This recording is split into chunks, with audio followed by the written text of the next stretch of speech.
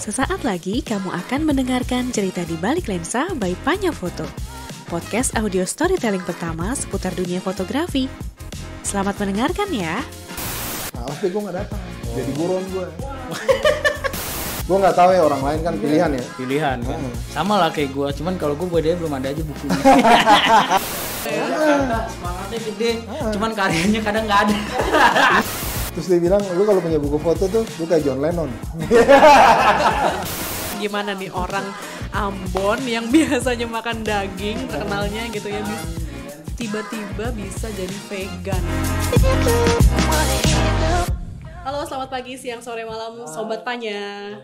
Selamat mendengarkan podcast Cerita di Balik Lensa by Panya Foto. Oke. Suarakan visualmu, itu tagline kita. Oh suarakan visualmu. Visual disuarakan. Visual harus disuarakan supaya dia tidak diam gitu ya. Kita ini konsepnya memainkan theater of mind. Iya. Pada ngerti nggak tuh bahasa Inggrisnya theater of mind ya? Sobat Panya ngerti lah kan, pada pinter ya Dian. Yoi. Oke, Sobat Panya, aku Dian. Halo, gue Nando. Hari ini kita kedatangan seorang tamu nih. Siapa tuh? Ini sebenarnya tamunya tuh jauh di mata dekat di hati. Asik. Karena kita tuh sebenarnya sering ketemu ya. Cuman pasti kita masih banyak yang bisa kita korek. Karena kan kalau ketemu kan biasanya kita ngomongin orang. Nggak ngomongin diri sendiri. Kita gibah. Siapa sih? Siapa? Kita sambut aja ya langsung ya. Apa ciri-cirinya dulu kita sebutkan? Ciri-cirinya dia tuh doyan pakai celana batik. Pakai celana batik, terus juga masih sering juga nongol di skena musik. Jadi Multi talenta. Jadi emang anti jompo-jompo klub kayaknya. Anti jomblo klub. Oke. Siapa, langsung aja lah. Langsung aja ya. Langsung aja. Ini kita kedatangan oleh Mas Ardiles. Apa kabar Mas Ardiles? Aman. Baik. Sehat. Kita lebih manggilnya Mas atau Bung nih? Soalnya kalau di Instagram kayaknya Bung. Bebas ya, Bung aja. boleh. Bung itu kan seperti istilahnya zaman dulu sebuah kata perjuangan ya Mas ya. Kata perjuangan. Mari rebut kembali Bung. Nah, oke. Oke, Mas Ardiles. Sebelumnya kan kita kita terakhir ketemu di apa sih, di itu ya, Synchronize ya. Synchronize. Itu berapa bulan yang lalu tuh ya? Belum nyampe sebulan ya, Sebulan ya. Yoi. Iya. Lu nonton Hari kedua. Lu nonton gak sih Synchronize di? Gue anak teater mentok. Teater mentok harus belok ya. Harus belok. Harus belok dong, biar fleksibel di. Ya. Mas Adilas, Ya. kan terakhir kemarin kita tag podcast itu kan, kita ngobrolin di Leica soal ya? di Leica kan. Soal Kita buku lu soal ya buku waktu ya. itu kan. Nah, sekarang tuh kita lebih, ternyata banyak juga nih yang belum tahu ya dia gimana sih awal mula lo berkarir atau berkarya atau apalah di dunia fotografi, Bung, ya kan? Serius banget. Iya. Karena gue percaya tuh semua pasti ada mulanya ya. Betul. Karena apa? Semua ada sejarahnya. Mohon maaf, itu podcast yang sebelah, tolong. Semua ada sejarahnya. Justru ini yang nggak Sobat Panya tahu dari fotonya kan pasti udah tahu, bukunya udah tahu, tapi kisah hidup dari behind story-nya Mas Ardiles belum tahu. Oke. Kita kulik dari situ, Mas. Gimana tuh awal mulanya kok bisa nggak tiba-tiba ya, bisa tertarik sama fotografi dan visual storytelling, bahkan jadi dosen ya kan, serius banget nih. Gimana tuh, Mas? Siap. Awalnya sih kalau serius fotografi pas di Jogja ya. Pas di Jogja. Jadi di Ambon tuh pas gue kan SD dari lahir sampai SMA di Ambon. Nah, dulu om gue tuh kalau suka jalan lah, orang perkapalan kan. Nah, dia setiap kali pulang ke Ambon tuh pasti bawa kamera buat nyokap. Nah, bawa kamera buat nyokap, tapi gue sama sekali nggak motret waktu di Ambon, sama sekali nggak motret. Itu tahun berapa tuh, Bung? Itu 80-an, 90-an awal lah dong. 80-an, 90-an awal. Tapi gue tuh lebih tertarik ke visual kali ya. Pernah gue bilang ke Nando, jadi bokap tuh dulu langganan banyak majalah lah. Banyak majalah, banyak koran. Dari situ sama ada sepupu nyokap anak Asri. Akademi Seni Rupa Indonesia. Dia lukis. Gue kayaknya terpapar itu. terpapar itu sama tetangga gue suka lukis potret. Oh. Suka lukis potret, suka main Hawaiian. Wis. Anak-anaknya itu jago tipografi, jago skate. Tapi gue belum mulai. Gue suka lihat. Baru tertarik ya? Baru tertarik. Visual ya? Iya, baru tertarik. Nah, baru tertarik. Nah, hari-hari ini gue baru sadar kalau ternyata ketertarikan gue dengan visual storytelling itu bermula dari situ. Nah, masuk ke Jogja, 96 gue masuk ke Jogja, gue sekos sama anak isi. Udah terus makin terpapar ya? Udah terpapar. Apalagi dulu kan orang di daerah tuh kan salah satu koran yang dibeli itu kan Kompas kan. Banyak foto lah. Gue ingat banget foto yang betul-betul menarik perhatian gue tuh foto Susi Susanti waktu dapat medali emas pertama ya, Olimpiade. Itu kayaknya cikal balik gue suka foto. Nah, seriusnya baru di Jogja. Oke, berarti kalau itu Olimpiade Barcelona 92 ya, Mas. Iya, Itu 92. Kartono Riyadi tuh kalau nggak salah, Mas Kartono Riyadi ya, yang Susi Santi nangis ya. Yes. Itu tuh. Itu kayaknya apa namanya? Visual foto pertama yang gue lihat, ini kayaknya fotografi menyenangkan. Oke. Secara nggak sadar ya. Nah, gue baru sadar tuh hari-hari ini. Pas banget. Ternyata iya. Pas banget podcastnya. Ternyata perjumpaan gue dengan hal-hal itu jadi bola salju kali ya. Di hari-hari ini. Gue bisa ngajar di DKV. Padahal gue basically drawing pun gue nggak terlalu jago ya. Gue ngomongin tipografi, harus ngomongin ilustrasi, selain fotografi, videografi. Nah akhirnya gue ingat-ingat ke belakang ya, lu bilang tadi sejarah kan. Ternyata perjumpaan gue dengan orang-orang itu yang membangkitkan gairah gue, kecintaan gue terhadap storytelling terkait visual ya. Tapi itu sih.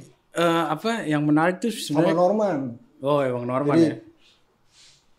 Itu om gue kan. Dia tuh dari SMA tuh udah berteater. Jadi gaya dia tuh kayak yang sekarang tuh dari SMA. Dan gue sering ngobrol sama dia. Aktor 24 jam. Jadi buat pendengar kita ya, Bang Norman tuh ya gue juga punya cerita ya sama Bang Norman, kakak kelas gue, dan emang doi sosok legendaris lah di dunia ke-actingan teater tuh Bang Norman tuh. Nah, masuk isi baru. Gue nggak langsung kuliah di isi ya. Jadi gue ngobrol, main sama anak isi, motret. Ya teman-teman gue yang awal gue kenal itu sampai sekarang masih ada relasi lah. Nah baru kemudian serius. Tapi kalau ngomongin stigma, biasanya kan orang tua kita kan dididik di masa Orba nih Mas. Anaknya kuliah seni itu gimana itu? Perasaan orang tuanya nih yang imajinasinya PNS dan lain-lain gimana tuh Mas? Ada tentangan nggak? Kalau awal mau kuliah dulu, gue tuh ya sama lah sama anak-anak zaman itu ya. Kalau nggak masuk Ilkom, ekonomi. Kalau kita dari sosial ya. PR belum ada ya, public relation belum ada.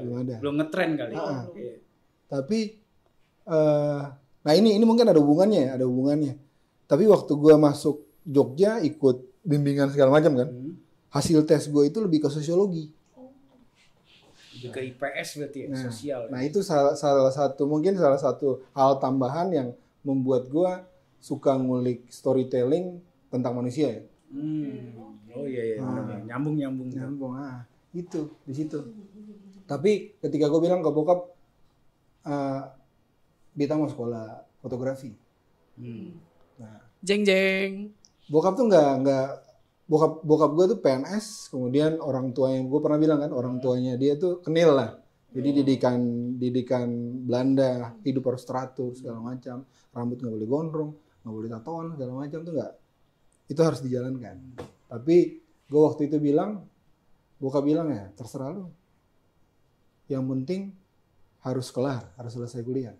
Papa nggak pentingin lu mau kuliah apa, mau masuk mana, terserah. Yang penting lulus. Itu gue adegan waktu gue ngobrol sama bokap gue terkait hal itu tuh di Jogja, gue masih ingat. Gimana tuh? Itu tahun berapa sih Mas? Berarti lu 97 ya? 98? Gue agak lupa tepatnya, tapi antara 96 sampai 98. Oh, di Jogja ya? Jogja. Ya naik taksi, bokap tuh kan sering datang kan, kalau tugas ke Jakarta pasti ngambil ke Jogja. Lagi naik taksi di Jalan Kaliurang tuh, dia ngobrol. Dia tanya, sekarang bagaimana? Mau ngapain? Oh lu belum kuliah itu ya mas? Mau kuliah. Oh. Udah kuliah tapi gue dulu masuk keluar tempat kuliah itu ada 3 kali ya. 3 kali atau 4 kali. Baru Nemu yang masuk cocok. isi. Isi. Itu sih sepertinya. Wow. Berarti termasuk demokratis ya. Gokil juga. Bokap gue walaupun didikan kenil tapi yang penting lu bisa ngobrol, alasan lu apa, masuk akal, silakan. Terus yang menarik tuh justru ininya sih bang. Maksudnya kayak lu masih ketemu gak sih sama kakek lu yang kenil gitu bang? Udah gak ketemu ya? Maksudnya Pas kerusuhan. ya menarik karena kita ngelihat kan kalau militer tentara kan straight sih. Lu AA, BB, nah itu bisa demokratis. Opa gue kan agresi militer Belanda 2 kan. Terakhir gue tahu dia dulu tinggalnya di apa yang Kopassus di Cimahi. Oh Cimahi. Anak gue Westerling juga. Pernah ketemu gak ya sama Westerling mas? Gak pernah ketemu ya sama Westerling, bokap ya? Bokap enggak. Bokap kecil di situ. Oh, di mungkin situ. ya, mungkin ketemu lah. Tapi kalau Opa pasti. Pasti Karena kan Opa di dulu era itu sersan, ya. Opa dulu sersan terus punya anak buah kan, punya peleton lah. Oke. Sebenarnya kalau misalnya agak mundur dikit nih ya, gue sih sebenarnya penasaran sama gimana sih suasana dulu Ambon kan mas, di Ambon tuh tahun 90-an gitu dengan lu yang ngelihat orang ngelukis apa gitu, karena setahu gue emang kan Ambon kan kota musik ya, maksudnya kota seni lah gitu, maksudnya gimana sih tuh suasananya tahun itu gitu mas? Ini yang menarik nih. Jadi Ambon tuh tahun itu sampai sekarang lah ada betul kalau musik pasti. Terus ada kayak festival disco dance, festival dance. Terus setiap kali ulang tahun Kota Ambon sama ulang tahun Gereja Protestan Maluku pasti ada baris indah. Oh. Ada baris indah. Itu ini kali ya, apa kayak? Nah kayaknya itu terpapar tuh. Iya. Dan gue yakin Norman pun terpapar karena hal-hal itu. Iya benar. Jadi ada baris indah sama baris empang namanya. Ya, baris indah, baris empang tuh lagi baris tiba-tiba ada si ketua regunya ngomong bongkar. Itu langsung break dance di jalan. Tahun segitu ya masih. Sampai sekarang masih. Oh, masih. Nah, tapi zaman gua tuh kayaknya kita harus dance nih. Iya. Nah, tapi kalau terkait seni rupa nggak semasif musik sama pertunjukan yang lain ya. Sama tarian, sama dance. Tapi ada lah tapi banyak acara kan, mas, ya. Banyak acara apalagi acara gereja ya. Nah itu kan supporting poster, supporting spanduk. Udah terjadi tuh ya. Nah, itu menarik nih. Udah kebangun. Karena gue jarang tahu nih pelukis dari timur tuh kalau musisi banyak. Iya. Tapi orang otodidak banyak tuh yang jago gambar di sana mas. Tahun-tahun segitu ya, gue nggak tahu sekarang tahun-tahun segitu banyak. Jadi bikin lu tahu kan yang dulu bikin spanduk kain panjang gitu, kain putih biru, gambar tangan langsung, terus fontnya itu dipotong-potong kan, dibikin dulu dipotong-potong baru ditempelin satu-satu loh.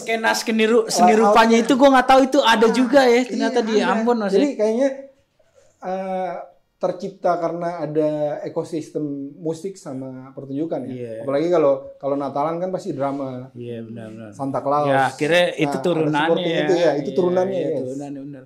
Karena ya kita tahu kan kalau pelukis-pelukis zaman dulu ya kalau nggak Jabar yang mana Jawa lah. Makanya tapi kalau gue dengar cerita zaman Lekra dulu banyak pelukis Ambon. Lu tahu yang gambar Patimura yang di Uang Seribuan? Iya. Itu pelukis Lekra asal Ambon yang bikin. Iya. Gitu. Wah anjing kekal tuh. Iya. Mungkin itu salah satu yang nggak dihanguskan sama pemerintah ya. Jadi uang 1.000 ya. Karena kalau Ambon kan kentalnya musik aja. Ternyata seni rupanya juga tumbuh ya di era itu mas. Tumbuh. Film kan zaman dulu kan posternya dilukis loh. Iya, betul. Apa-apa dilukis, apa-apa manual kan zaman itu. Iya. Bahkan gue dulu waktu sekolah tuh setiap kali naik kelas kan kita harus bikin kayak nama tuh ditaruh depan meja kan. Oh iya. Itu tetangga gue yang suka bikin manual. Tipografi manual. Bahkan itunya aja diseniin ya. Iya. Gitu lah. Itu tetangga depan persis samping rumah. Dan gue main ke situ terus. Nah ternyata gue baru sadar hari-hari ini ternyata itu. Itu bekal, cikal bakal. Jadi gue kalau lihat tipografi selain fotografi, gue lihat ilustrasi, gue lihat vektor itu gue bisa bikin nggak terlalu jago. Tapi kalau suruh kaji bisa. Gitu. Oke. Ternyata akarnya dari kecil udah kuat ya, paparan Itu dari dia. keluarga, dari gereja dan lain-lainnya, ekosistem yang organik. yes. Luar biasa. Nah sekarang kayak Teoresia Rumte kan kalau pernah dengar, temannya Arum itu pulang ke Ambon pingin bangun itu. Jadi selain ekosistem musik, pertunjukan, puisi, Ini fotografi ya Mas? Apa yang Visual. Visual storytelling itu ya. dan sekarang kemarin gue kan tergabung di ada satu grup seniman, nggak semua seniman Ambon sih, tapi rata-rata gue lihat Timur kali. anak muda itu banyak yang ngulik video Sekarang ya, di era-era sekarang kan. dan bagus-bagus, organik kan. Organik. Oke, jadi kalau kita maju nih setelah tahun akhirnya lu kuliah di ISI Mas, itu gimana sih hari-hari maksudnya? Gua aja yang di sekolah seni tahun 2000-an ya mungkin rada iri kali ya di tahun 90-an, maksudnya di era lu gitu ya, maksudnya mungkin itu lebih apa ya, lebih secara berkeseniannya lebih raw, lebih apa. Kalau di era gua kan udah masuk milenium gitu kan, jadi mungkin ya kurang apa ya, kurang manual gitu, iya kan? Tapi menarik omongan, gue pernah dengar omongannya si siapa? Temannya Jimmy itu siapa namanya? Malau bilang sekarang digital tuh karena era digital jadi cara mengajarkan visual tuh harusnya berbeda dengan zaman dulu ya. Nggak bisa lagi ya masuk ke yang kayak dulu Bang. Sama kayak dosen dulu suka buangin karya, lu datang 1 roll, 2 roll, 3 roll nggak ditolak semua. Itu kayaknya nggak. Udah nggak Gue terjadi. coba di beberapa tempat kayaknya nggak cocok. Nggak works ya. Gimana itu Bang di era itu tuh? Gue tahun masuk itu. isi itu tes 2 kali. Jadi bukan cuma seni rupa, ternyata bukan cuma seni rupa DKV yang susah masuknya. Kan kalau isi itu kan yang paling unggul seni murni ya, seni lukis. Dulu DKV kita bilangnya diskom, terus ada pertunjukan, ada pertunjukan tuh musik segala macam. Nah, film sama fotografi itu di media rekam. Iya, media itu, rekam benar. Itu anak bungsu lah, baru berdiri tahun 94. Nah, karena gue terpapar sama beberapa teman gue, termasuk Fadin, sebelum gue masuk isi. Pak Fadin ya, maksudnya ya, Mas Fadin ya. Iya. Nah, makanya gue coba. Karena Mas Fadin tuh anak isi ya Mas? Oh iya. 95. Jadi Fadin 95, si Jimbo itu 97. Oh, si siapa namanya? Wimo itu 96. Wimo Hambala Bayang ya? Mas Angki 94. Safir tuh seangkatan sama Jimbo. Arnold juga kan Mas ya? Iya. Arnold. Tapi Arnold nggak sampai kelar kan? Cabut. Ini yang kita bicarain Arnold Schwarzenegger ya. Yang keker karena dia keburu jadi bintang film ya Mas ya? Iya. Nah, gue tuh 2 kali 97 tes gue mau ngambil bukan film ya waktu kita nyebutinnya kalau di media rekam tuh televisi, fotografi dan televisi. Belum ada film ya? Nggak ada film. Jadi televisi tuh film tuh. Oh iya. Nah, sama sekarang muncul animasi kan. Gue pilihan pertama itu ngambil televisi, kedua fotografi, nggak lulus. Ternyata gue cari tahu kan supaya bisa lulus nih gimana. Gue masuklah ada sekolah, ada kampus namanya Modern School of Design. Di mana tuh di Jogja juga? Di Jogja juga. Sekarang udah jadi D3. Nah, di situ baru gue ketemu dengan dosen-dosen isi. Pak Risman, Risman Mara, Ideal Rusli, Pak Ideal masih Ideal Rusli ya, gue pernah ke rumahnya tuh. Itu baru kemudian 99 di 98 gue nggak tes, 99 masuk. Tesnya apaan sih Bang dulu tuh? Dulu tes motret pasti, kalau nggak lupa ya Dok, motret, nyeket sama tes tertulis ya, analog, sama tes tertulis, sama wawancara tuh lu bawa portofolio lu. Ceritain gitu ya gimana prosesnya. Gue masih ingat banget tuh gue ketemu Pak Risman cuma bilang, Les, yang penting hasil tes lu di institut lolos, lu bisa lolos karena kami sudah sering lihat foto lu, fotonya Ardi, Les. Makanya gue berterima kasih sama Pak Risman. Semoga dengerin tapi masih ada kan orangnya? Masih ada. Oke. Jadi orang-orang yang bilang kuliah seni itu anak buangan, gampang, salah banget ya. Dan ternyata teman-teman di IKJ, di ITB, di Trisakti pun sulit masuknya kan. Nggak segampang itulah. Nah, gue tuh masuk ospek kan. 99 tuh. 99. Zaman revolusi dong tuh. Angkatan reformasi. Angkatan reformasi berarti ya. Praospek gue hadir tiap hari tuh hampir sebulan. Buset, Di Pelonco. Praospek. Gila. Nah, baru ospek. Nah, ospek gue nggak datang. Jadi buron gue. Emang ketahuan Bang sebanyak itu? Enggak, dikit kan. Kita cuma satu kelas doang. Oh iya. Jadi dikit. Nah, baru tahun 2001 gue ikut lagi. Nah, makanya karena gue nggak ospek, gue jarang di kampus. Gue jarang di kampus, cuma beberapa simpul tahu lah, sering ngobrol. Tapi gue berterima kasih banget sama ISI dan Jogja tuh, gairah berkesenian ya. Gairah bikin karya. Apapun yang terjadi dengan kita nggak ada duit tetap harus berkarya. Nggak mikirin duit. Lu karya lu mana? Lu lagi ngapain? Lu bikin apa? Kayak gitu sih, itu yang walaupun gue nggak terlalu nongkrong di kampus, tapi gue berasa itu. Gue stamina berkarya tuh sampai sekarang masih. Iya, parah. Tapi ada yang satu yang skip nih Bang. Tadi udah seru-seru banget ngomongin Ambon dengan ekosistemnya yang organik. Tapi kenapa justru kuliahnya di Jogja? Emang di Ambon nggak ada sekolah seni atau gimana? Di Ambon nggak ada. Ambon ya kuliah ekonomi, kuliah teknik. Sekarang juga nggak ada ya Bang? Nggak ada. Padahal ini. Nah itu yang maksudnya Ambon tuh kaya, bahkan city of music kan. Tapi ekosistem infrastruktur nggak kebangun, belum kebangun tuh. Padahal kalau misalnya dia bangun kampus bukan nggak mungkin lebih keren kali ya. Maksudnya sumber dayanya. Kalau misalnya ada personal yang kayak si Gue Ari, kayak si Anton Ismail. Ada 5-10 aja. Ngeri sih. Kalau foto apa kita agak maju dikit, fotografer Ambon siapa aja sih? Tahu gak sih? Gue kayaknya siapa ya yang gue agak kenal ya? Ini orang antara Mas Embong yang antara Ambon, Embong Salampesi kalau nggak salah. Tapi banyak juga sih yang anak-anak muda yang mulai ngulik foto ya, gitu bergairah. Tapi yang tua-tua kayaknya gue nggak tahu banyak nih. Mungkin nggak ada juga. Musisi banyak ya, musisi mah muaranya tuh. Iya, kan? betul. Semua warga ada kayaknya. Semua warga ada. Semua orang nyanyi bagus kan. Siapa aja bisa nyanyi.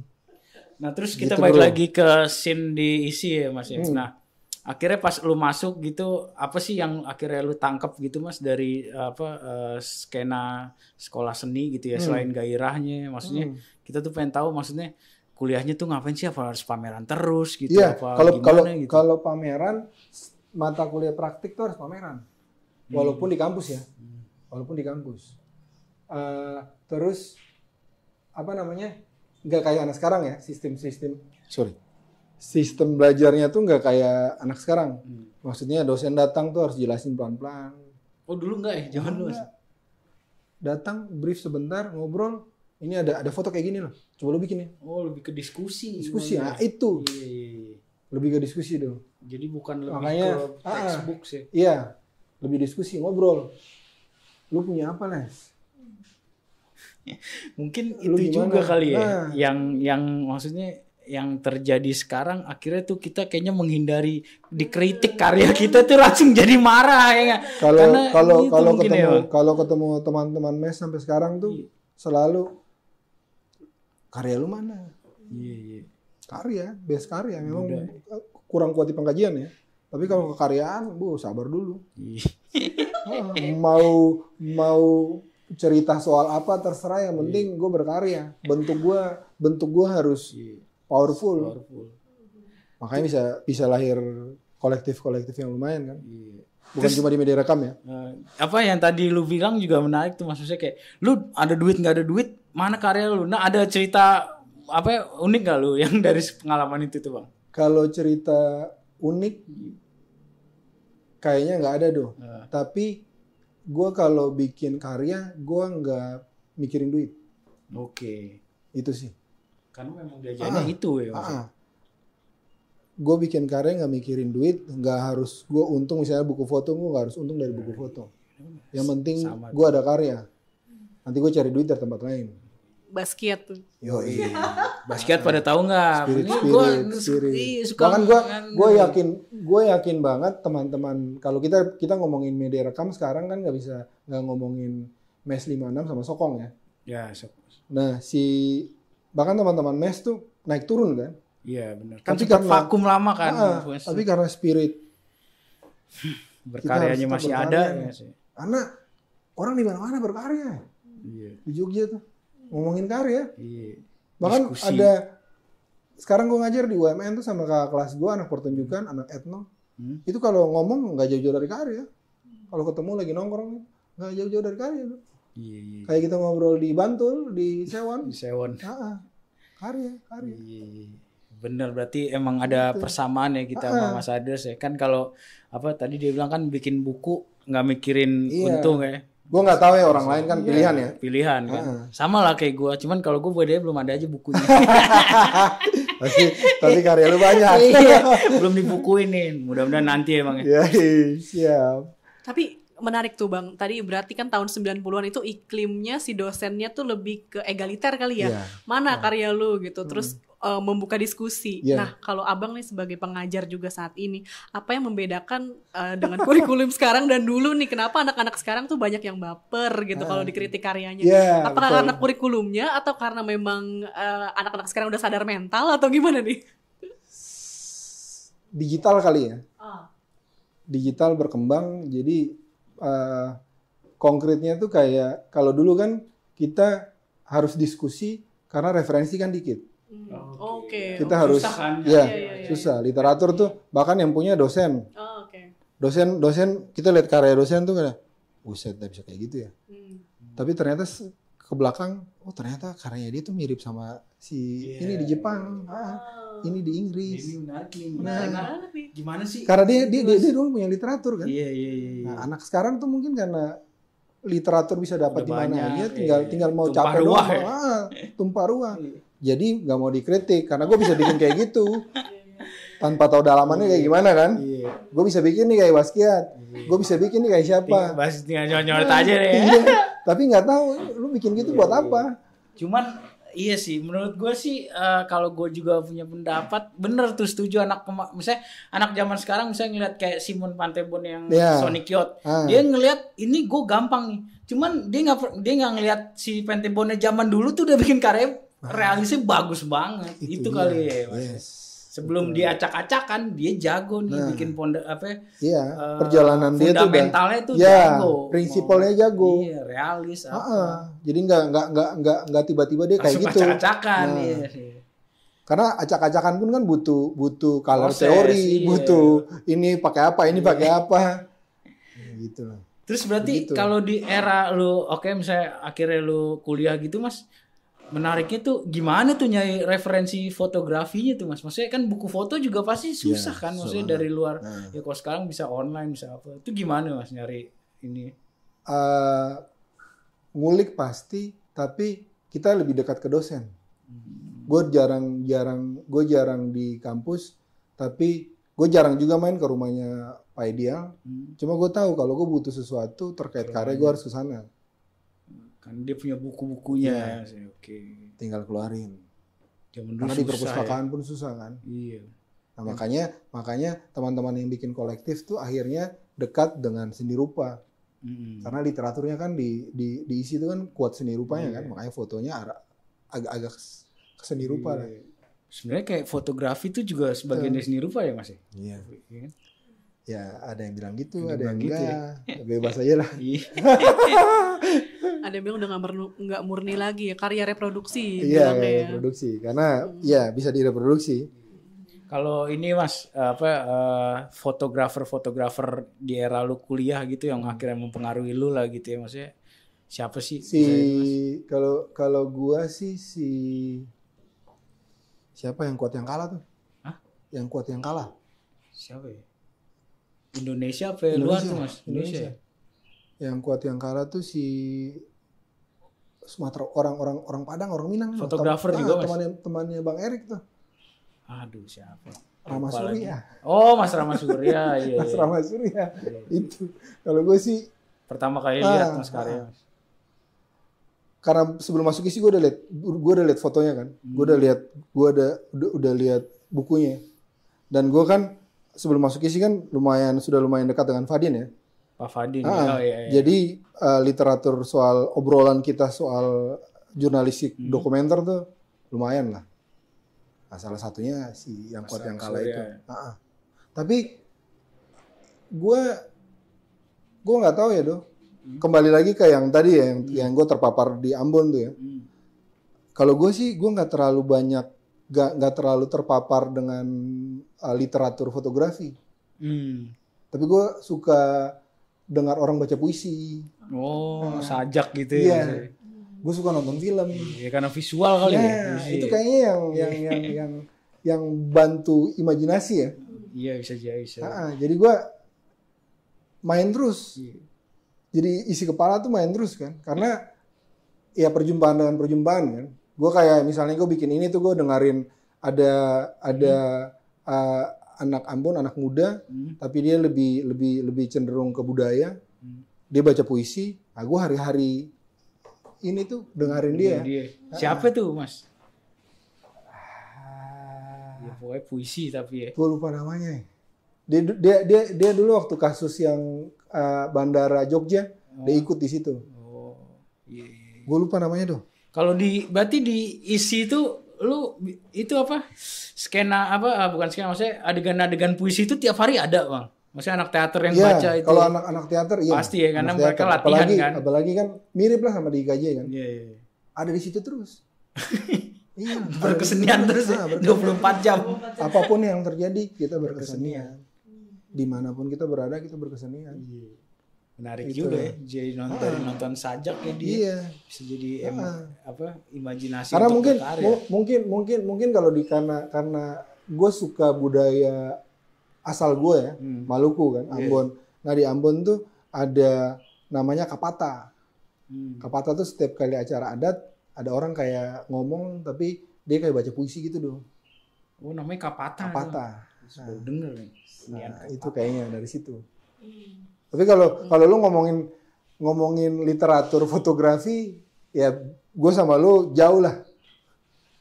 Fotografi ya. Gue pas di Jakarta, gue ditunjukin sama Fadin katalog pamerannya Mas Edi Purnomo yang Rel Waktu. Itu membekas banget tuh. Jadi kayaknya yang membekas di gue tuh cuma dua itu. Rama Surya sama Rel Waktunya Edi Purnomo. Ini kayaknya Mas Edi boleh nggak kita ajak nih kapan-kapan ini? Boleh ya? Kan susah orangnya. Susah waktunya Mas Edi.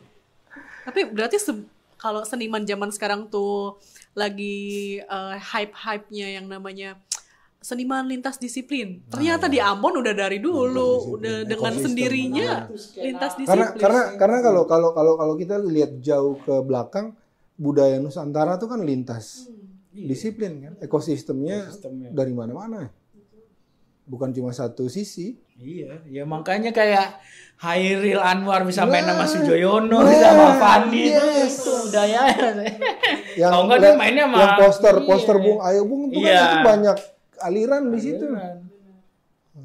Nongkrongnya di Senen. Makanya menurut gue konsep-konsep kolaborasi sebelum sekarang nih bergaung banget nih. Sebenarnya akarnya kita tuh ya kolaborasi ya. Baru sekarang aja nih. Orang ngerasa dan lintas disiplin. Jadi kalau gue sekarang kalau ngomongin fotografi tanpa ngomongin ilmu yang lain kayaknya nggak kuat, nggak bisa sampai storytelling. Bisa sendiri. Terus akhirnya setelah kita maju nih ya dia, setelah usai dari isi nih Mas, kan gue taunya kalau Mas Adres tuh langsung ke Jurnas ya Mas. Nah ada nggak sih jenjangnya sebelum ke Jurnas tuh Mas? Jadi gue masuk Jakarta tuh 2006 karena di Jogja habis baru selesai gempa kan. Nah, jadi kerjaan segala macam nggak terlalu inilah. Nah, gue ditelepon teman gue, anak isi juga, anak 98. Les, ada kerjaan di studio nih, studio foto. Padahal dulu waktu zaman kuliah gue nggak pernah, jarang banget ngulik studio. Lampu ada. Dia bilang gajinya nggak tinggi-tinggi banget lah. Ya udah gue berangkat. Nah, bokap gue tuh sempat lu ngapain ke Jakarta? Pulang Ambon aja. Iya Nah, benar. ya enggak lah, gue harus ke Jakarta. Iya. Kayaknya rumah gue berikutnya tuh di Jakarta. Oke. Berangkat pas nyampe di studio, karena mungkin dulu sering diskusi, sering beberapa kali masuk studio, gue bisa lah. Itu gue 6 bulan apa 10 bulan di situ, di Tebet. Studio. Terus pertama kali gue sampai Jakarta tuh semua anak isi media rekam yang gue kenal, gue SMS waktu itu belum ada Iya, WhatsApp belum kan, ada. SMS satu-satu. Gue di Jakarta nih, ada kerjaan gak? Kan kayak gitu kan kita ngelingnya kayak Iya, gitu kan. pasti begitu. Dari studio yang muncul pertama tuh 2 orang, teman gue satu angkatan, dia ngajak gue ke wedding fotografi. Tapi akhirnya gue kesana tapi jadi freelance. Gue nggak In-house motret, gitu ya? ya. Gue nggak in house, nggak motret, tapi gue ngedit foto, Oh, bikin album segala macam. Nah, gue lebih mendalami Photoshop tuh di situ. itu udah ini. Udah Oh ada, iya udah udah ada. ada. CS1 kali Nah, ya. Mas? Nah, sebelum gue ke studio, Mas Fadin tuh datang. Dibilang kayaknya kerjaan di Jurnas belum ada les. Tapi kalau lu mau ngajar, ada nih BSI. Bilang berangkat Mas. Oh, iya, Jurnas tuh udah ada ya Mas ya? Tahun Jurnas udah ada. Berapa sih? 2006 ya? 2006 apa 2005? Udah Lupa ada gue, ya? udah ada. Nah, terus gue tanya kan, Mas dari mana Mas? Ini baru dari Panya. Dia pakai tas Iya, iya. selempangnya Panya yang dulu kotak kayak tasnya Manca. Iya. Tapi ada tulisan Panya fotonya. Baru dari situ. Terus itu 2006. Nah, akhirnya gue mulai ngajar gue keluar dari studio, gue freelance di yang wedding itu, gue mulai ngajar di BSI. Nah Di setelah Jakarta tuh. di Jakarta, jadi gue dulu Jurusan apa Mas di BSI? PR, advertising sama broadcasting. Broadcast Broadcast, ya. Nah, Gue ngajar foto, lagi-lagi foto komersil. Nah, gue base gue yang di studio itu gue bawa ke situ lah. Nah dari situ ada tawaran di beberapa kampus, sampai akhirnya Fadin bilang ini ada Jurnas bukan, tapi buat riset foto. Tahun 2008. 10. 10. Gue udah ngajar, gue udah ngajar di UMN dulu baru masuk situ. Oh, lu berarti di UMN tuh udah lama, Bang? Lama, 2009 gue masuk UMN. Oh, Tapi part time. Temenku itu dosennya Mas Ardi. Oh, kan? Temenku namanya Stefan Handoko itu. Oh iya. Tapi gua Dosen. belum terlalu kenal deket nih. Karena gue kirain lu baru-baru ini masuknya, Bang. Oh, udah lama. Tetap itu 2019. Jadi waktu gue ikut Permata tuh, Oh iya. itu gue udah Gua di kira itu UMN. lu udah di Jurnas doang. Jurnas sama UMN. Nah pas masuk Jurnas ada gue lihat ada bukaan Permata Grand. jurnalis Grand. Ah. Kemudian gue harus kayak kalau gue mau naik tingkat gue harus masuk ini nih. Nah dari situ kayaknya semakin menjadi lah. Baru. Pekerjaannya ngapain aja tuh, Bang? Dulu Di mana? Riset di Jurnas. Riset gue bisa motret tapi nggak wajib. Paling yang motret bukan news. Ilustrasi ya, Mas? Ya ilustrasi atau kayak misalnya gue jalan ada tukang tambal ban. Oh buat stok ya? Nah buat stok. Tapi karena gue sambil ngajar, akhirnya gue nggak motret, gue riset doang. Jadi gue tuh datang setiap hari, gue harus ngumpulin foto Antara. Oh, oke. Gue harus lihat fotonya Reuters, EPI ya. Happy. Karena kan kebutuhan buat dalaman koran kan.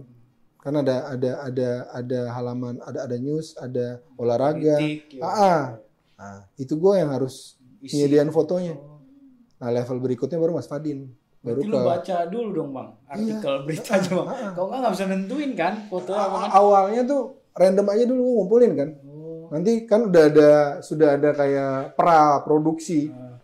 Baru di list tuh. Kita butuh foto ini, kita butuh foto ini, kita butuh foto Oh, ini. udah dari sini. Kirain beneran mentah gitu baca. Nah, tapi mentahnya tuh gue harus lihat tuh. Misalnya Antara hari ini mau ternyata apa aja tuh. Gue harus lihat biar pas ada berita yang cocok, gue tinggal ambil kan, nggak lama. Berarti ini ya, maksudnya kan itu loncat-loncat tuh, Bang. Nah, Dari gitu. Gue ini akhirnya yang buat gue jadi bisa ngajar di DKV kali ya. Karena kalau di studio gue banyak motret potret, Iya. wedding sama anak-anak. Nah, lanjut ke wedding, gue ngolah digital buat si albumnya foto kan. itu ya. Kayak apa pantulan di kacamata gue harus betulin. Harus di Tusir digital. Iya. Nah, terus kayak misalnya ada foto keluarga yang nggak ada pecinya, gue harus tambahin peci. Serius bang? Iya. Nah, gue ngulik Photoshop di situ. Nah, masuk Jurnas, gue nggak mau thread, tapi kan kalau gue lihat foto tuh kan kayak orang sequencing kan. Nah, gue banyak belajar sequencing tuh waktu di Jurnas. Karena ngobrol sama Fadin juga kan. Dan gue lihat foto-foto antara, foto-foto dari luar. Nah, baru kemudian 2014 gue cabut dari Jurnas. Semasa di Jurnas yang kayak gitu berarti lu memperkaya fotografinya selain lewat PPG juga sering ngeliat foto ya Mas? Foto, karena setiap hari itu ratusan foto kan. Iya benar. Itu kayaknya yang itu tambah ilmu terus. Belanja visual terus ya. Iya benar. Belanja visual. Kita kan dalam sehari kan paling ngelihat dan ada Dede kan zaman itu kan menang lomba mulu kan. Itu jadi Mas Dede siapa? Yang gemuk tuh. Iya siapa nama sih? Gue lupa. Gue lupa juga. Iya tahu Bang Dede yang sering pakai sweater kan. Iya, itu sering ngobrol. Agung. Ya, ada Yudi. Percaya. Yudi waktu itu udah keluar, dia udah gabung ke Di Globe ya. Iya, di Globe. Tapi dia masih sering di kantor. Fotonya juga salah satu yang membekas tuh di era-era gua tuh dia. dia. Nah, gua ketemu sama orang-orang itu. Selain Fadin ya. Mbak siapa yang cewek? Wita ya? Winda ada juga. Orang-orang itu lumayan berjasa lah buat perjalanan fotografi gue di Jakarta. Di Jakarta ya. Sempet nggak Mas ngerasain motret-motret metro juga gitu? Enggak, gue nggak kayak wartawan foto ya. Lebih ke riset berarti ya. Kalau ketemu kebakaran, pas gue lagi jalan kantor ketemu kebakaran gue fotoin. Kalau ekonomi butuh ilustrasi apa yang belum ada, gue fotoin. Lengkap gitu. Ilmunya semua kepake ya, risetnya dapet, visualnya dapet. Jadi ternyata setelah masuk jadi tetap, gue diperhadapkan dengan berbagai macam mata kuliah misalnya, gue lihat ke belakang, oh iya ternyata gue ke arah sini. Berarti gitu, misalnya kalau kita ngobrol soal masa-masa di PPG itu Mas, itu karya cerita pertama lu atau bukan tuh Mas yang tentang anak-anak taring babi dulu? Iya, kalau personal project ya. Kalau project personal itu pertama kali. Saya ceritain dikit nggak tuh Mas Adres? Kenapa sih pengen ngangkat itu tuh waktu itu? Nah, kan kalau diisi kan selain ada mes, ada yang namanya kolektif taring padi. Oh iya. Pernah dengar kan? Masih ada kan misalnya? Masih ada. Iya. Nah itu gue kalau lihat, gue sempat ikut Fadin motret pas setelah reformasi 99. Itu kan si taring padi ini kan underbow-nya PRD kan di bidang kesenian lah. PRD itu Partai Rakyat Demokratik. Si taring padi ini suka demo. Iya. Gue ikut fotoin. Di Jakarta atau di Jogja? Di Jogja. Lumayan. Dia bikin performance, dia performance art segala macam. Terus poster-posternya kan persuasi banget ya. Propaganda gitu, ya. Parah. Propaganda ya. Nah, propaganda. Dari situ. Dan kalau gue ngomong sama Fadin sama Diri itu kan gak jauh-jauh dari hal itu ya. Terpapar dari situ. Makanya gue ketemu Revi semakin menjadi-jadi kan. Iya, Mas Revi ada sosialis progresif. Tapi gitu non anarkis tuh. Non anarkis itu. Nah, baru ketemu di situ ternyata pendidikan alternatif tuh si taring marginal pun namanya taring babi. Iya, taring babi. Gitu dong. Semangat lekra ya. Iya. Kalau tipis-tipis ke sana lah. Kalau kata orang dulu kalau seniman gak bergabung sama lekra berarti seniman tanpa arah gitu. Gila. Aduh, mau cari tahu tuh ya gitu. lekra tuh. Sejarah bangsa gitu tuh. Kayaknya kita kalau hidup di era gitu kayak udah kerciduk kayaknya. Udah selesai nih kayak kita udah dijemput di rumah. Ini Mas, iya. Lanjut dulu. Enggak, udah. Terus. Nah, pengen lanjut nih. Mas Ardiles kan orang yang menurutku termasuk yang linier ya. Kuliahnya itu, terus ngajarnya juga itu gitu. Yes. Nah, tapi dari ngomongin tadi Ambon, terus Jogja, kita ngomongin ke Bandung. Oke. Kok S2-nya di Bandung? Gimana nih ceritanya nih? Gimana Ini nih? dia. Gue bahkan baru tahu nih masalah lulus S2 nih. Banyak ternyata yang gue belum tahu bang. Nah, Jadi dulu itu masih di Jurnas tuh 2014. Karena harus waktu itu kan isu dosen harus S2 kan. Tahun-tahun segitulah. Gue harus S2 nih. Pilihannya waktu itu gue sempat mikirin Trisakti. Gue nggak tahu waktu itu IKJ buka nggak? Sudah buka belum? Gue agak lupa tuh. Kalau ITB gue kurang cocok. Kultur kan dari dulu kan Bandung sama Jogja tuh kayaknya berseberangan. Kutub yang berbeda. Ya. Terlebih ITB ya. Tapi kayaknya gue anggap ITB dari kecil tuh terlalu serius. Iya sih.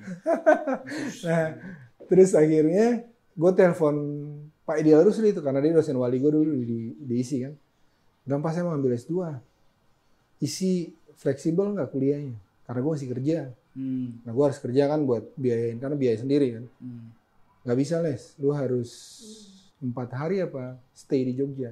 Waduh, susah juga. Nah, terus waktu itu siapa yang ngomong? Ada senior gue di Polimedia, Rabernir. Nah, dia bilang ada ISBI buka nih. ISBI namanya. Iya, ISBI itu STSI, Iya, STSI. jadi ISBI. STSI Bandung Iya, jadi STSI ISBI, nggak jadi Bandung. ISI tapi jadi ISBI.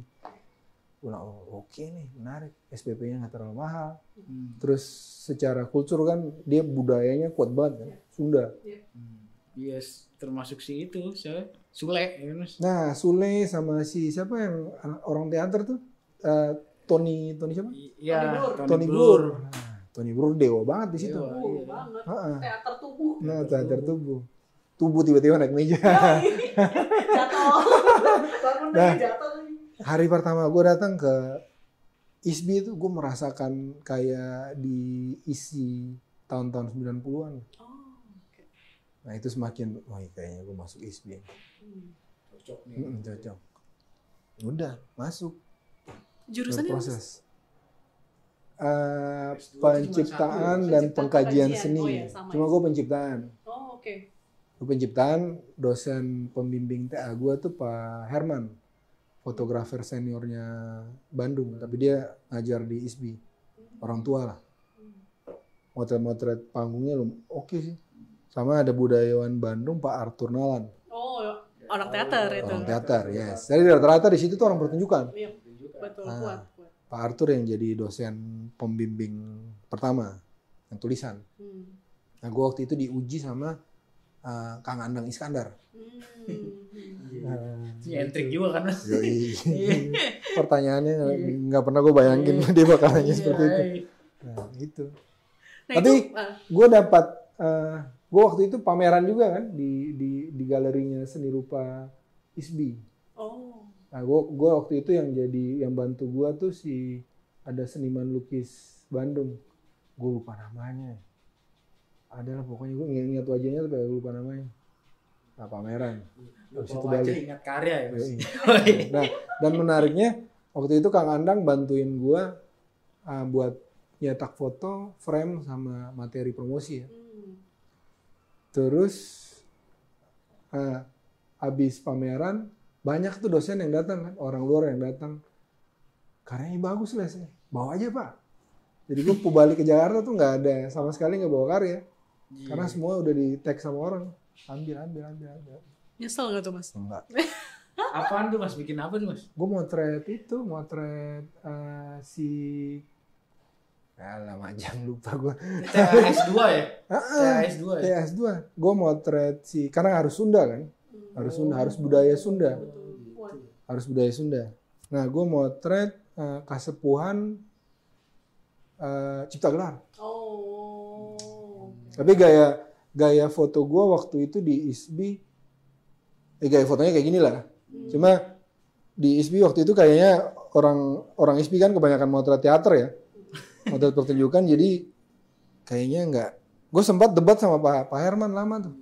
Mereka Karena dia enggak, soalnya iya. ya. Dan dia mau yang indah-indah kan. Sementara gue motret di Cipta Gelar tuh kan banyak yang enggak indah. Ada beberapa sih yang indah, cuma banyak yang enggak indah. Gitu. Moi Indi versus Sujoyono nih. Oh, ini terlalu jauh kayaknya.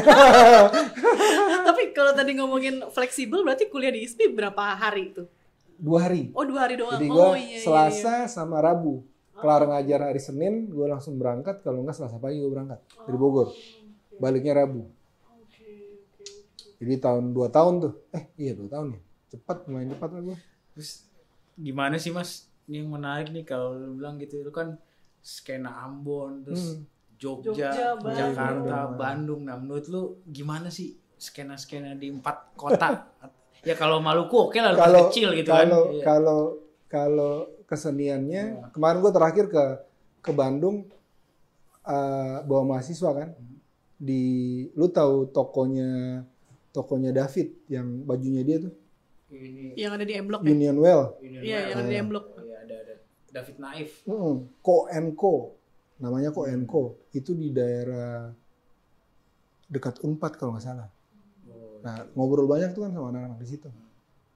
Ya ternyata gairah Jogja dan Bandung tuh luar biasa. Kacau. Kalau kita di Jakarta kan, kayak gue ngerasa di Jakarta tuh kayak nggak kurang lepas gitu loh, Dok. Iya. Kurang lepas. Aroma kapitalis soalnya. Jakarta semangatnya gede, cuman karyanya kadang nggak ada. Iya. Kalau di Bandung kan mungkin karena dekat dengan Jakarta, artnya masih dikulik, tapi komersil. Jadi kayak kemarin ada di UMN tuh ada magang namanya magang kewirausahaan. Nah, salah satu yang datang buat semacam seminar itu namanya Bujang Rimba. Bujang Rimba itu anak Bandung, kolektif gitu. Tapi art, cuma komersil. Itu harus dipelajari.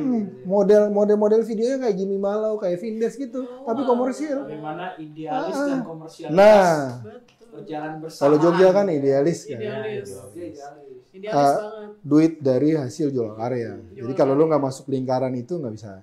Kayaknya lu nggak bakal naik. Jakarta kan maunya laku aja nih. Cuman prosesnya nih kadang kurang menghargai. Iya sih. Curhat ya. Jadi kayak di Jakarta gue merasa kayak kurang lepas gitu loh. Dan apa-apa duit kan. Ya berarti seni itu memang nggak bisa lepas dari pengaruh kota ya, Yes. ekosistem kota ya jelas ya. Pasti. Dan Semangatnya. semua seni ya menurut gue ya masih mau sajak, mau Semua. apa pasti. Ada, pasti. Ya lu ngalamin lah, lu anak teater, berfotografi.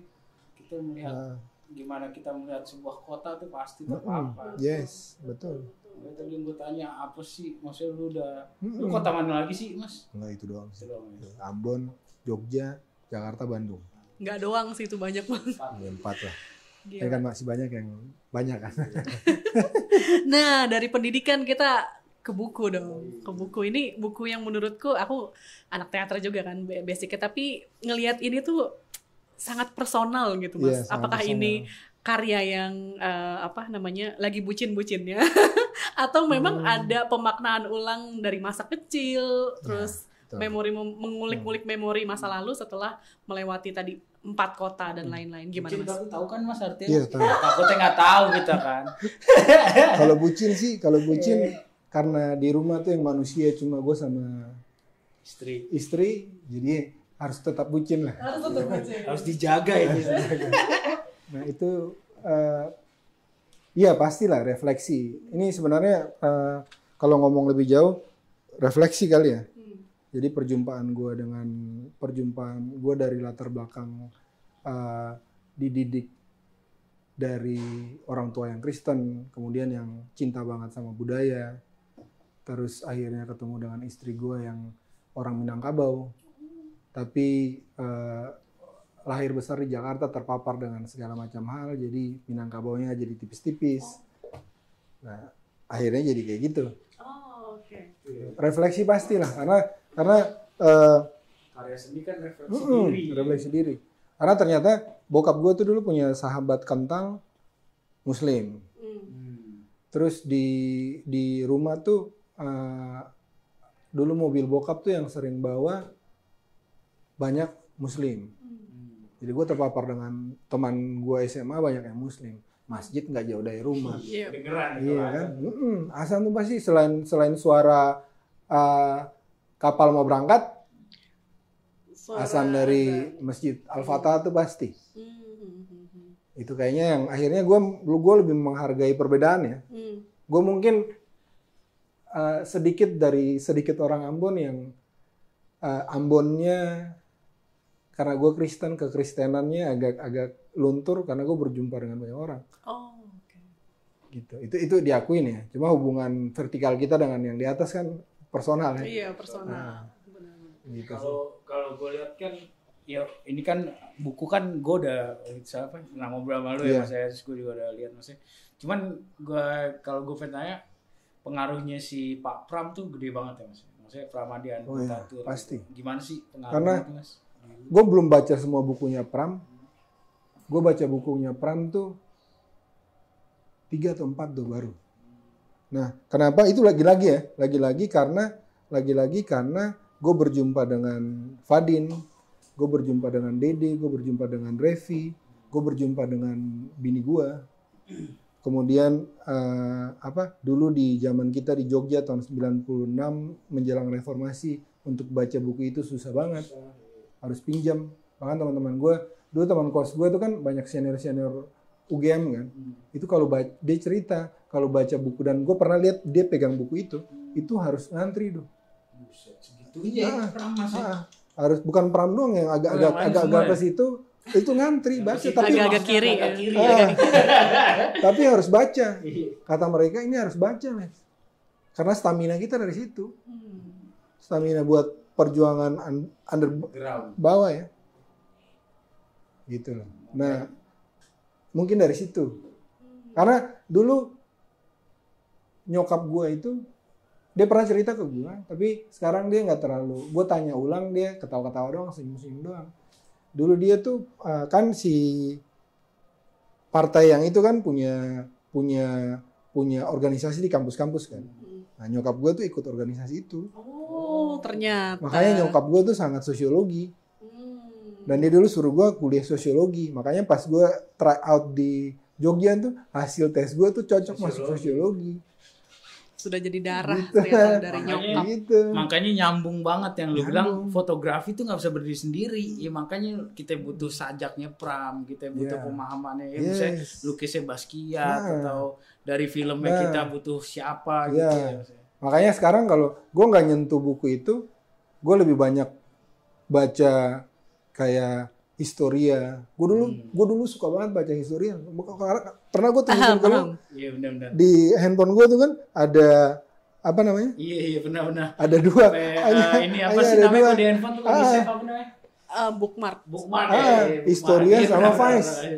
Historia sama Vice. Karena gue dapat supply dari situ. Suplemen dari situ.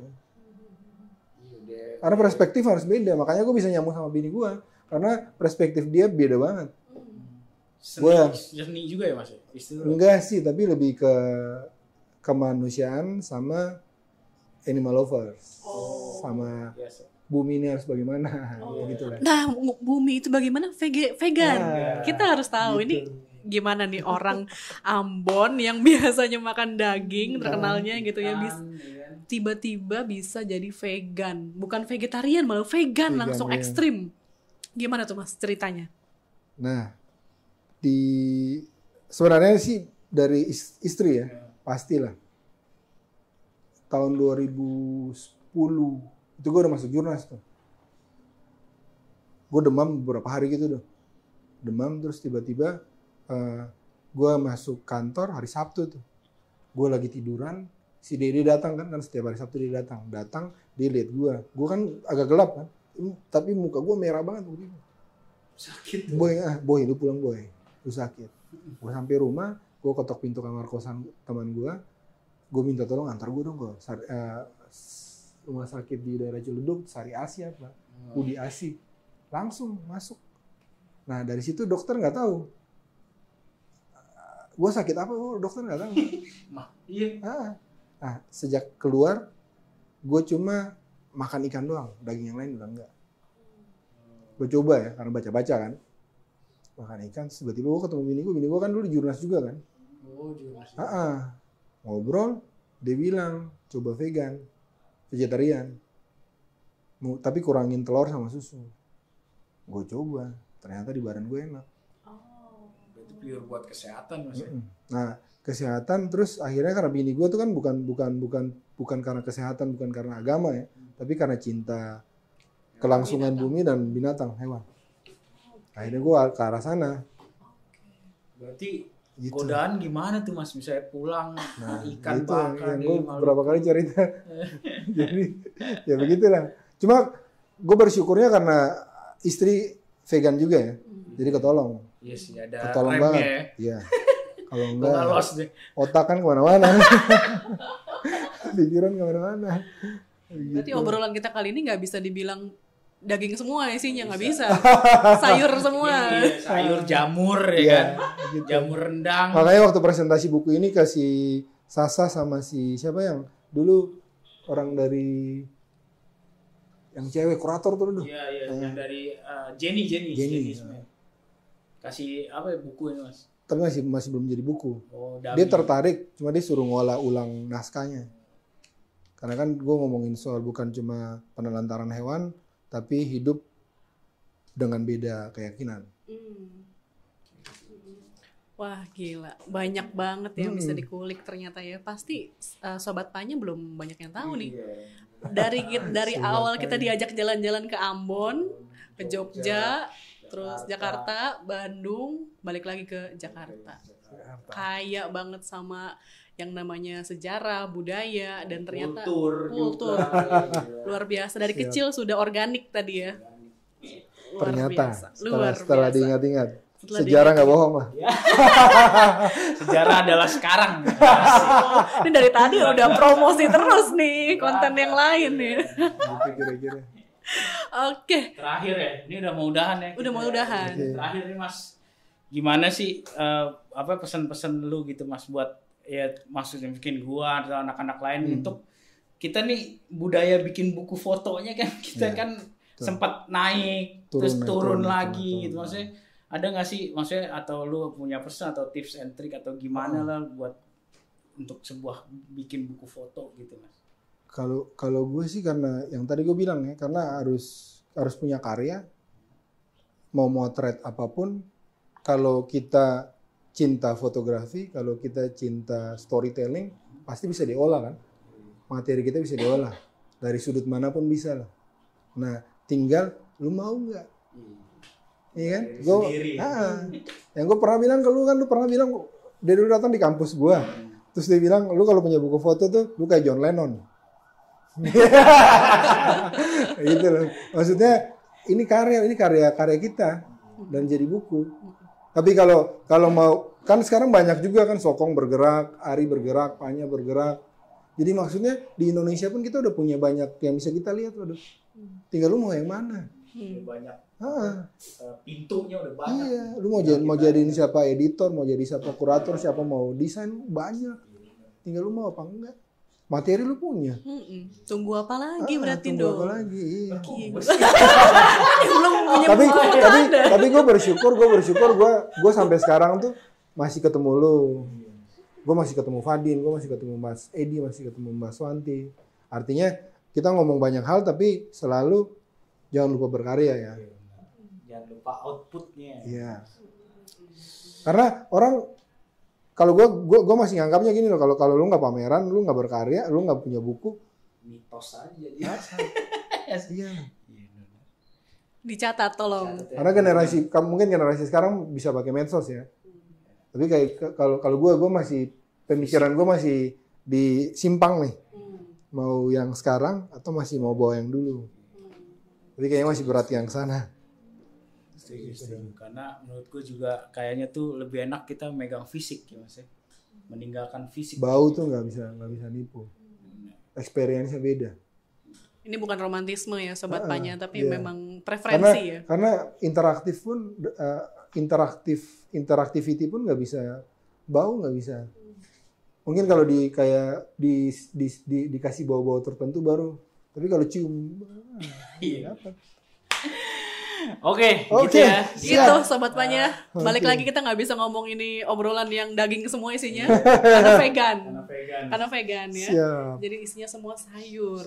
Sehat, salad. Sehat, salad. Luar biasa. Thank you Thank banget you. ya, Mas Mas Sip, Do, Ardiles. thank you. Thank Dian, so much. terima kasih.